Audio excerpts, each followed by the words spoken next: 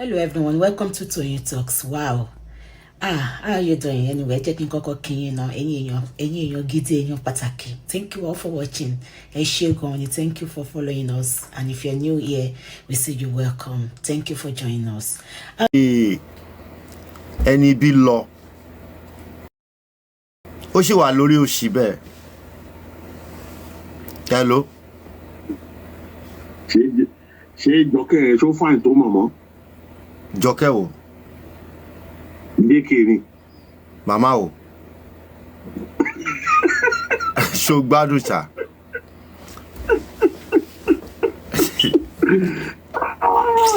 Latisneh pàdé mi. Nbo lẹ bá fracas dé báyìí. Ẹ ti pieces bá fracas sí wẹ́lẹ́wẹ́lẹ́. Ìwọ náà ṣáàrí bẹ́ẹ̀ pé irú àwọn abáyé Facebook orí fóònù ló ti wò wá kékeré mú àárí ẹ bó ṣe máa ń dánjú but TikTok ló ti wò orí big screen ló ti wò TikTok ọmọ dáadáa má wọrí wàá tó mẹ́rin tó pa Mohbad ṣé wàá ṣàlè padà wálé gbà rẹ.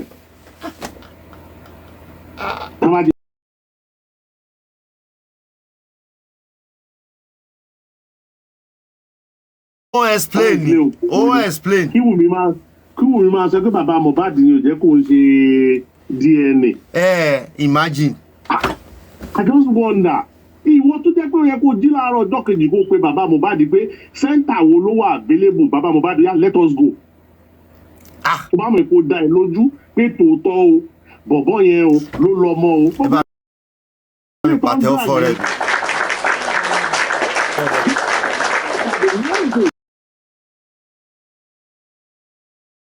The next day, I can as well tell you pé the one we shot baba Mohbad up.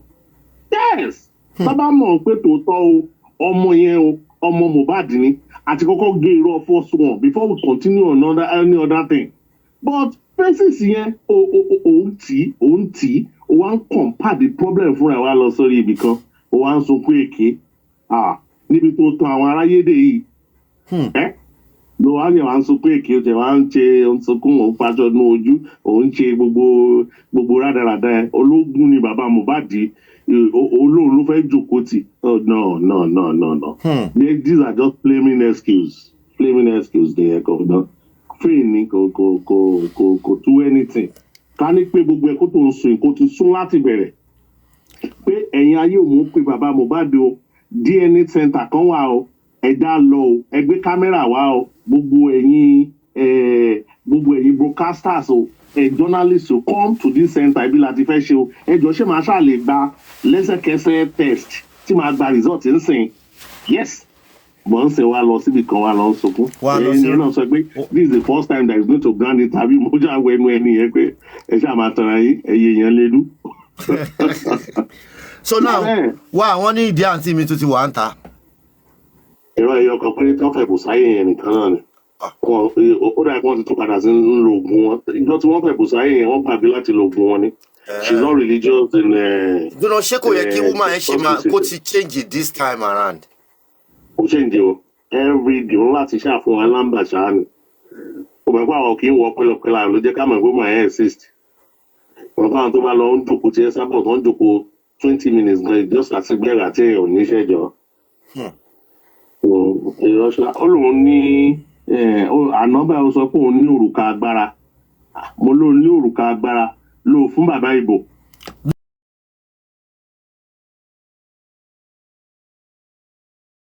Police. Agbára ilé ẹ̀kọ́ fi gbá bàbá gàdá. Ẹ̀kọ̀ọ̀kan fún kan máa wá distracted towards us lẹ́ẹ̀kọ̀ọ̀kan. Ọmọ tó ṣe ìwọ ló ń pè mí ìwọ tó yẹ pé tí máa fẹ́ gba update lọ́wọ́ ẹ̀ ò ní pè mí àmì ò ní gba aago mọ́ ò ní gba aago mi ni náà. Tí bá ti pè láfta show irú Friday bó máa ń sọ fẹ́ kàn fún àńjọ kan kó kàn fún alọ́pdẹ̀tì gòkè. Má bínú. Yá máa bá justice lọ ọ̀rẹ́ mi pẹ̀lẹ́. Ọ̀ṣẹ́gun. Family ńkọ́? Alhamdulillah Ọ̀ṣẹ́gun my friend. It is well bro. Ṣé ti rí i pé mo busy gan? Ṣé ti rí i pé àwọn fans mi ń bínú? Ṣé ti rí i pé wọ́n bínú? ṣe ti pé mo busy gan níbi tí màá máa waste time mi fún stupid things tó ti wọ́n wà mí nínú fracas pé bàbá bẹ̀là wa ọ̀tọ̀ọ̀tọ̀ lọ̀rọ̀.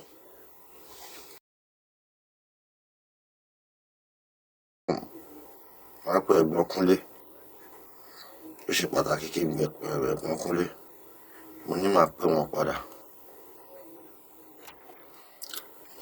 Wunmi wá explain, Wunmi wá ń ṣàlàyé káàkiri, ó wá ń grant interview ìgbà yìí láàárọ̀, ó wá ń pa pẹpẹ ẹ̀rọ, àwọn náà wá ń grant interview pẹ̀lú ẹ̀.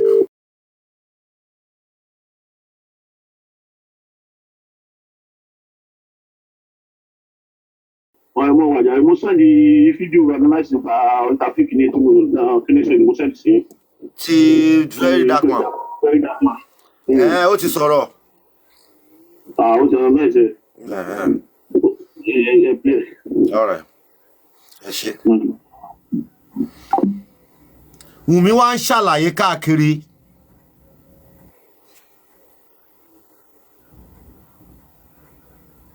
All right, so I just watched the interview Mohbad wife did with one guy like that.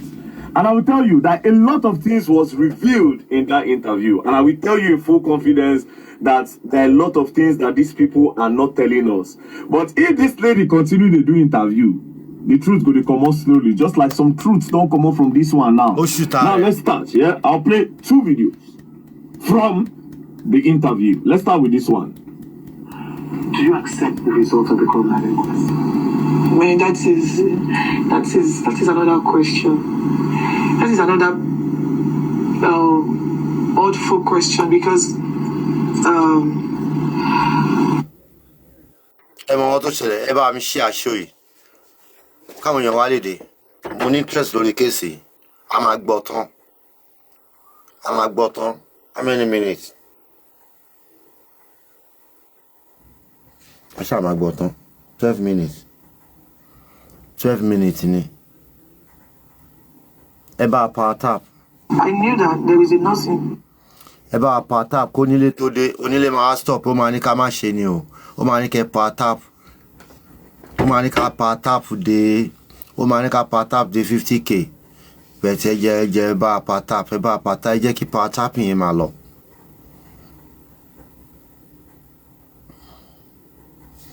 Involved in this case, you know, he reacted to rejection, and since my husband, even the night my husband died, my father-in-law got to the house. You know, the nurse even narrated everything that happened to him. In fact, my husband's manager wanted to get the nurse arrested that night, but he asked us to let her go. That he does not have any business with her. The father-in-law asked you them to let the nurse go. That we should let her go. That he doesn't have any business with her. And you know, even despite the begging, that, you know, a lot of people begged him not to beg my husband.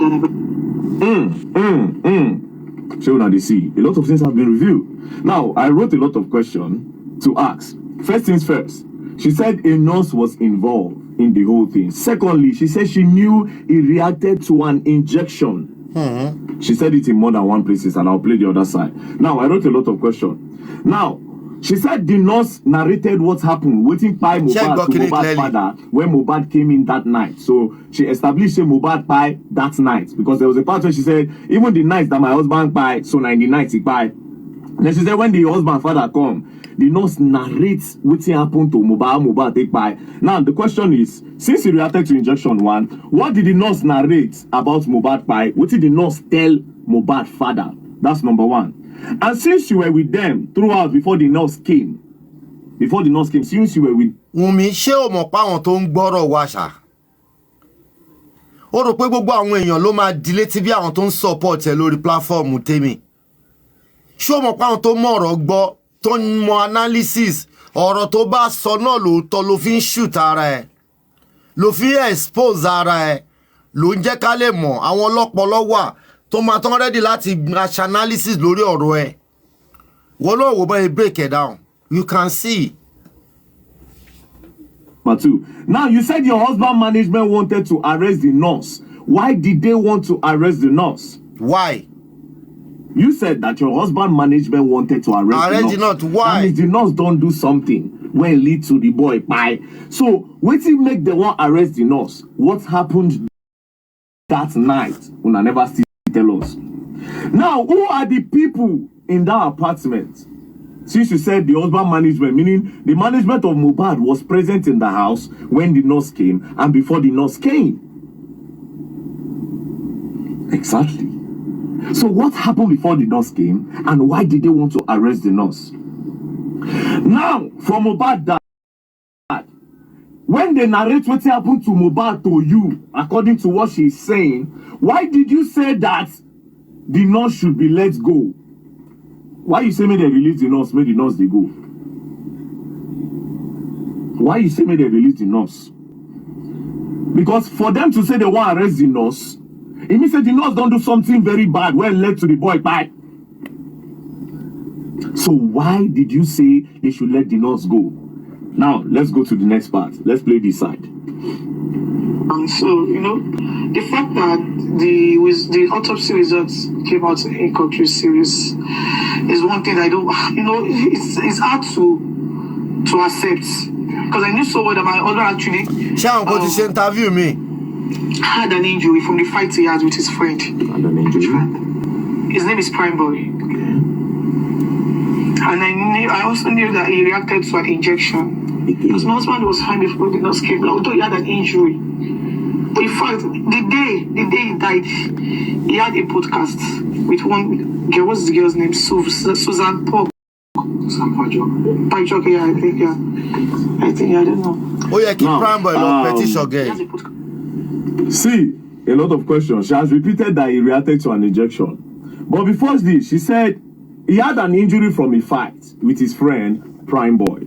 He had an hand injury, yes? That's number one. Now, she also repeated that he reacted to the injection that the nurse gave him. Again, she now said, my husband was fine before the nurse came. So if your husband was fine, why did they call the nurse to come? Because person where they heal anati, they don't go call nurse for him now.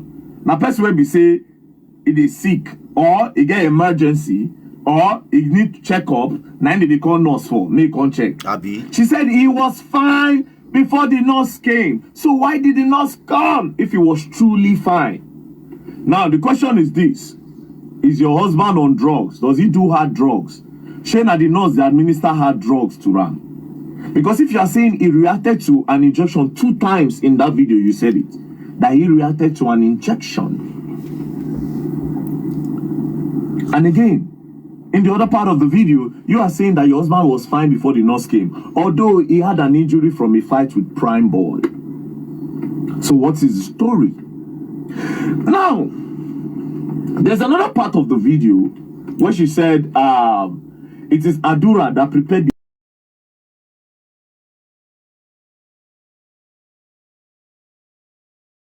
food that Mohbad ate that night. Although the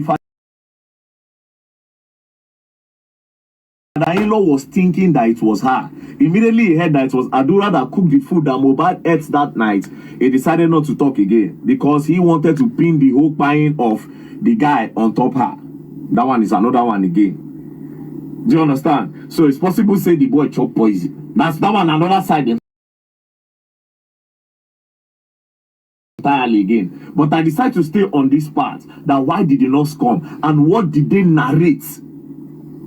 What did the nurse narrate to Baba Mohbad say happened to Mohbad? And why did the management want to arrest? Why did they wanted to arrest? Abi, which one be the English? Why did they want to arrest the nurse before Baba Mohbad? And why Baba Mohbad talk say may they let the nurse they go? That's another side. Now, to the person where the interviewer, this does not look like an interview. This looks like a whitewashing. The reason why it looks like a whitewashing is this. You did not ask her about the voice notes that was released when Mohbad accused her. You were the one that called the name for her. So it's obvious that it's you are trying to whitewash and clean the girl up.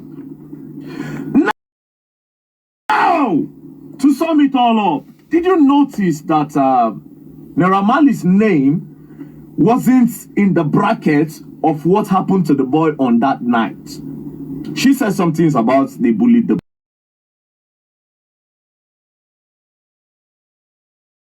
boy. She didn't call the name. The person they interviewed and I didn't call name. But on that night, Naira Marley's name was never mentioned. So why did they bring Naira Marley's name into the whole equation? That's another thing.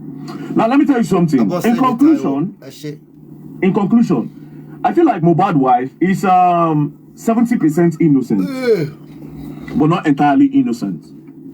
I feel like what happened to Mohbad has nothing to do with a lot of things that these people put online. I feel like somebody jumped into this whole thing earlier in the beginning and manipulated this girl to say a lot of things that she was not supposed to say. They confused her maybe. From this interview, I stopped the vibe I had before this interview changed. Now I'm seeing the girl in a better light, a little bit of a better light. But the truth is still not out yet. I feel like the girl is being manipulated by someone. That's my own opinion. Or by some people to use Naira Marley to clean this, because they just literally exposed everything now. Naira Marley was never involved. So why did they bring him in? Why did they bring all those things in? That being said, like I always say these things before, if you want to establish, say Naira Marley bullion, let's leave that. We all want to know what's in by Mohbad. What did that nurse tell Una say do Mohbad? What did he not say? What did she explain? And why did the record label wanted to arrest the girl? And last question. Did this whole thing happen before you people tried to rush Mohbad to the hospital? Where Una announce saying buy for inside that car? Because I inside car Una announce. If you people announce say Mohbad buy inside that car at that time, why Una not announce say buy inside house? Why did you people need to put him inside the car? Then for the inside the car Una announce him? And for you don't already tell us now. Say Mohbad, he reacted to an injection.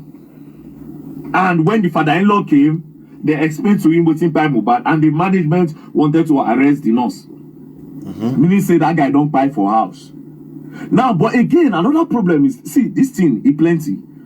Inside that car, those three boys, were they part of the people that were in the house with them? Are they part of the management that wanted to arrest the girl? And in that video again, the boy head moved, according to what I saw. And why did you people use a 15 seconds video to announce the buying of a big celebrity in Nigeria? Mama is there. They end them. Immediately as the boy head be as if he raised, they end them. Next thing, they don't change position. They make another video. It was 2 videos. I remember vividly. Again, when the guy buy, Una rush go talk say, when they see her post that time for Instagram, she dey post say, that they have taken him away from me. Since you know, say they don't explain, he reacted to an injection. Since you knew that he reacted to an injection, why didn't you say negligence or the nurse? Why did you use they have taken him away from me? He was always complaining, bullying somebody that was mourning. I somehow believe the girl that she's innocent. That's what is crazy now. Unlike me before. But now I believe her. I feel like somebody talked her into breaking all those innocent to switch and to divert attention to Naira Marley and Sam Larry. I feel like she's innocent, but somebody that is way smarter than her, somebody that she respects, deceived her or manipulated her to make that post.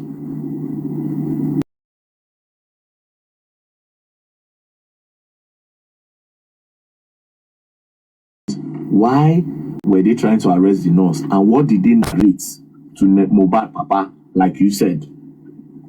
What did they narrate to Mohbad Papa? This is the most important thing of the whole podcast. And that part, why they no ask you about that voice recording where leak? I'll be waiting for the next one that she'll do. Peace and love. And as for the DNA, now I'm feeling like it's possible that the charge is for Mohbad. Now that's what I'm feeling. I'm feeling that way.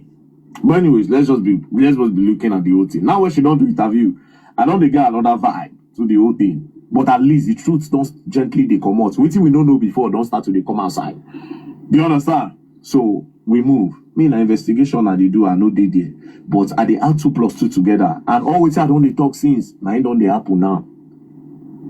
There was a fight. And truly she said there was a fight. Something happened in that house. I've always said it, which they know what talk. And true, now they don't talk up. VDM, good. Peace and love, don't play. Else you're gonna learn and you will learn the hard way. But you are grant interview. But you grant interview me.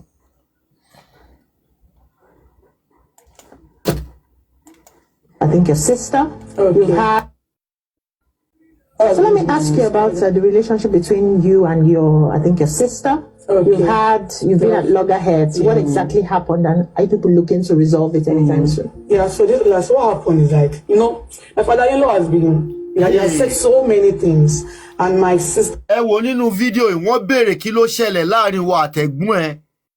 Ọ̀rọ̀ ẹ̀gbọ́n ẹ ni wọ́n béèrè lọ́wọ́ ẹ. Ó sọ̀rọ̀ ẹ̀gbọ́n ẹ, father-in-law ló tún lọ nail. Father Abraham. Calm down. Would like to hear. Very simple question. Not béèrè lọ́wọ́ ẹ. Tó bá béèrè kò jẹ́ káwọn ẹni tó interview ẹ̀gbọ́n béèrè the right question. Father-in-law. Ibi by father-in-law.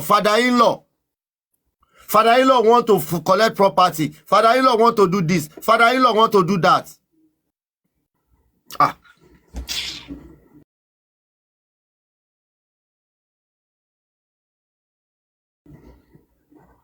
Sister has been the one like trying to counter him and all of that. So it got really worse to the extent that my father was saying it all around. I used to F around. I used to put substance in my husband's food and all of that. Yeah.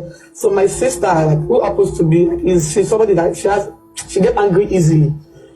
Went on live to talk about it, like trying to defend me, like said my father-in-law, she was actually trying to defend me. And while doing that, she was.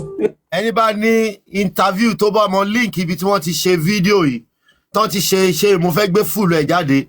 Anybody link yẹn kó jọ ẹ jọ̀ọ́ bá send ẹ jọ̀ọ́. Ó wà lórí TVC, ẹ jẹ́ kí n check, ó wà TVC kìíní lórí YouTube. Mo fẹ́ cut full video ẹ mo fẹ́ cut ẹ bí ṣe ṣe fún ọ̀dà wa. Ẹ jẹ́ kí n check ẹ. Ó wà lórí YouTube. Mo ẹ contact ní TVC News ibẹ̀ mo ti gbọ́ láàárọ̀ yìí. Eoe bá mi send link yẹn jọ̀ọ́ kí má lọ wò mi dàmọ́ bọ́ search. Okay, my check. Latisneh ó mọ nǹkan tó ṣẹlẹ̀, ó mọ nǹkan tí VDM tó ṣe sọ pé ó wà innocent pé wọ́n manipulate ẹ̀ ni. Yeah, sorry the whole story. Nǹkan tó ń try láti sọ ni pé òun kọ́ ló pa Mohbad, but ó mọ àwọn tó pa Mohbad sínú ilé. Irọ́ ni. Ó mọ àwọn tó pa. Irọ́ ni mi ò lè gbà láíláí. Wunmi ló pa Mohbad. Irọ́ má jẹ́ láti ó mọ nǹkan tó ṣẹlẹ̀. Ó ní Wunmi ló pa Mohbad by mistake ló ṣe pa. Okay. Ó mọ̀ pé autopsy private autopsy jáde. Tó wà nínú ilé yẹn, rail tó wà nínú ilé yẹn, new narrative lẹ fẹ́ máa promote mi ò lè gbà níbi báyìí. Irọ́ kò ń ṣe ní ó mọ nǹkan tó ṣẹlẹ̀ kọ́tù ó mọ èmi àti ẹ a máa jọ sọ̀rọ̀ one later mi a lè máa sọ́n bì. Má sọ́n bì báyìí, a má sọ́n bì báyìí rárá. A lè máa sọ́n bì. New narrative lẹ fẹ́ bring yẹn. No, we still looking for justice. We are still on justice for Mohbad. Bó ṣe wá justice, tá bá wá justice, a ní láti stick on one word. Wunmi ló pa Mohbad by mistake. Ó pa wọ́n ń jà níbi tí wọ́n ti ń jà. Ní Wunmi ní Mohbad ti kú. Are you getting my point? So ní ẹnì kankan ló pa nǹkan níbi báyìí no new narrative ni ẹ. Wọ́n ti gbọ́dọ̀ bá mi gbọ́ pé mo sọ bẹ́ẹ̀. Ẹ má gbé ẹ̀kásán gbogbo lé ẹ má gbé wrong narrative kankan wá sórí platform. Wunmi ló pa Mohbad 100% sure ni Wunmi ló pa Mohbad. Kí la tún fẹ́ gbọ́? Karimo ti sọ náà, Karimo ti fúnra ẹ̀ sọ náà, kí la tún fẹ́ gbọ́? Wunmi ló pa Mohbad náà nígbà tán jọ ń jà, so Wunmi ló pa Mohbad. Òun ló pa, so ẹ má tiẹ̀ wá fún wa ní wrong narrative kankan. No matter irọ́ á ti mọ̀ tẹ́lẹ̀ pé ẹ̀jẹ̀ irọ́ ni wọ́n fi bí Wunmi, inú irọ́ ni wọ́n ti lóyún Wunmi, nínú irọ́ ló gbé, nínú irọ́ ni wọ́n ti bí, nínú irọ́ ló gbé dàgbà. So tí tó bá jí Wunmi lóru ẹ lè bá òótọ́ ọ̀rọ̀ lẹ́nu ẹ̀, tí Wunmi bá sùn lójú oorun kò lè sọ òótọ́, tí Wunmi bá jẹun kò lè sọ òótọ́, tó bá rìn lórí ìrìn kò lè sọ òótọ́, tó bá ń bá sùn lọ́wọ́ kò lè sọ òótọ́. Gbogbo ìgbésí ayé Wunmi látòkè délẹ̀ pátá irọ́ ni. So anybody má torí pé bóyá àwọn irọ́ orí burúkú tó ń pa kiri kẹwàá torí yẹn pé bóyá pé ẹ fẹ́ change narrative. Wunmi ló pa Mohbad 100% sure. Gbogbo nǹkan tí Wunmi ṣe tí ó bá mọ̀ pa kú ẹ̀ kò ní máa pa àwọn ọ̀rọ̀ káàkiri báyìí. Wùmí tó bá mọ ẹni tó pa Mohbad. lẹ́yìn ìgbà tí ẹ̀gbọ́n ẹ̀ ti wá sọ̀rọ̀ lẹ́yìn yẹn ó ní kí ni Wùmí bà CCTV ìgbà tí Wùmí kọ́ ló pa Mohbad kí ló bá CCTV inú ilé jẹ́ fún tó tún sọ fún àwọn blogger yìí pé ó tún sọ fún àwọn agbẹnusọ àwọn tó ń jà fún yìí pé kí wọ́n má promote nǹkan tí Prime Boy sọ nítorí kó lè rí